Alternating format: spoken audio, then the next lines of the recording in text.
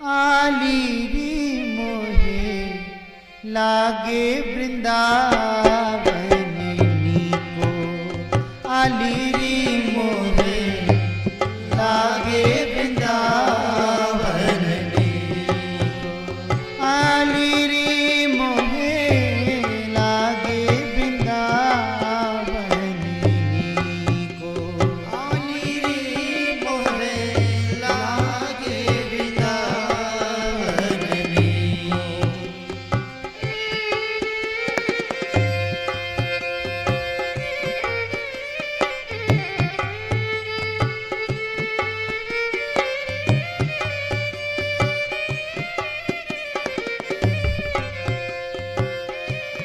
घर घर तुलसी ठाकुर पूजा, घर घर तुलसी ठाकुर पूजा, घर घर तुलसी ठाकुर सेवा, घर घर तुलसी ठाकुर सेवा।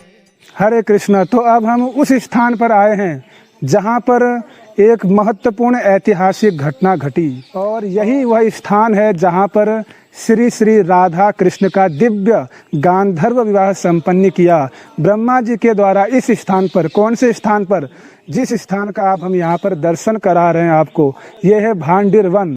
हरे कृष्णा। तो आप लोग जो हैं उस दिव्य वृक्ष का दर्शन कर रहे हैं जिसके नीचे राधा कृष्ण का दिव्य विवाह संपन्न हुआ। तो ये जो वृक्ष हम देख रहे हैं 5000 वर्ष पहले से ये वृक्ष है, और यहाँ पर बड़ा ही सघन वन था, बड़ा विस्तार, बहुत घना वन इस जगह था भांडेर वन में। तो बताया जाता है आचार्यों के द्वारा कि जो ये आप वृक्ष देख रहे हैं, इस वृक्ष की डालियाँ इतनी लंबी लंबी थी कि वो यमुना के ऊपर से होकर गुजरती थी, और उसके ऊपर से कृष्ण, बलराम और अन्य सखागण चढ़कर जो है यमुना को पार करते थे। तो इतना विशाल और इतना लंबा इसकी डालियाँ, टहनियाँ और विशाल वृक्ष हुआ करता था।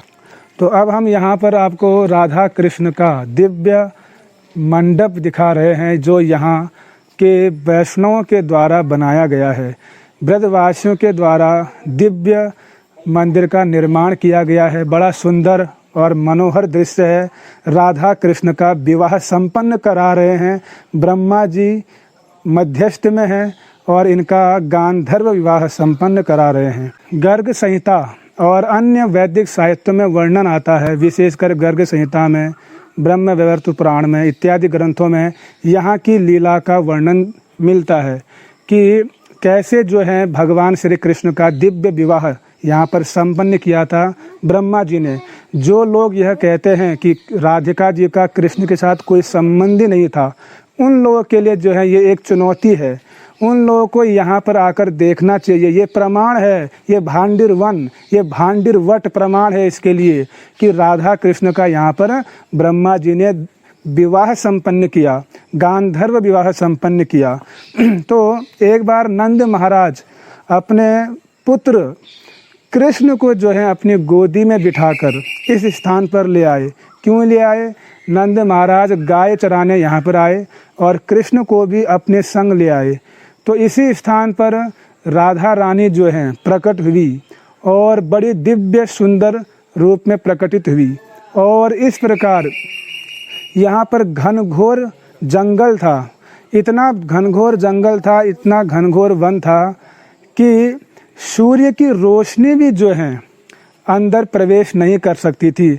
ऐसा घनघोर यहाँ पर वन उपस्थित था उस समय 5000 वर्ष पहले। तो अचानक जो है घनघोर वर्षा हुई, बादल गरजे, घनघोर वर्षा हुई और एकदम अंधेरा छा गया। नंद महाराज को कुछ समझ में नहीं आया कि ये क्या हो रहा है।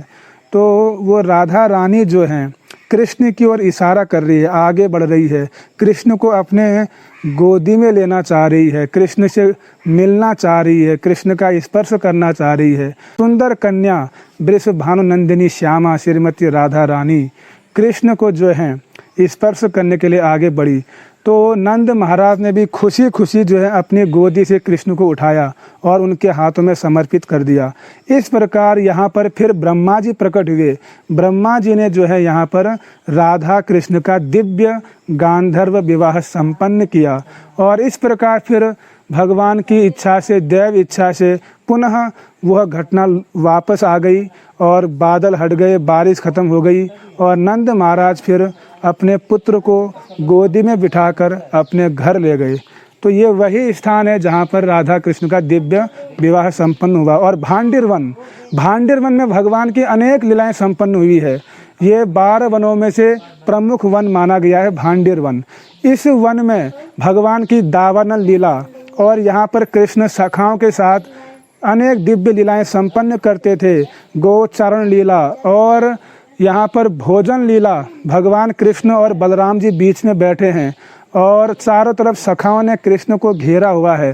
सब कृष्ण को अपना उच्छिष्ट खिला रहे हैं, कृष्ण भी अपना उच्छिष्ट उन सखाओं को खिला रहे हैं और ब्रह्मा जी ऊपर से देख रहे हैं।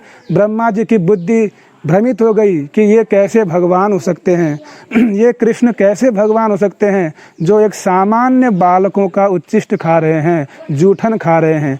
तो ये दिव्य घटना यानी ब्रह्म विमोहन लीला जो हम भागवतम में पढ़ते हैं, वह लीला भी इसी भांडिर वन में संपन्न हुई थी। तो ऐसी अनेक भगवान की दिव्य लीलाएं इस भांडिर वन में संपन्न हुई है।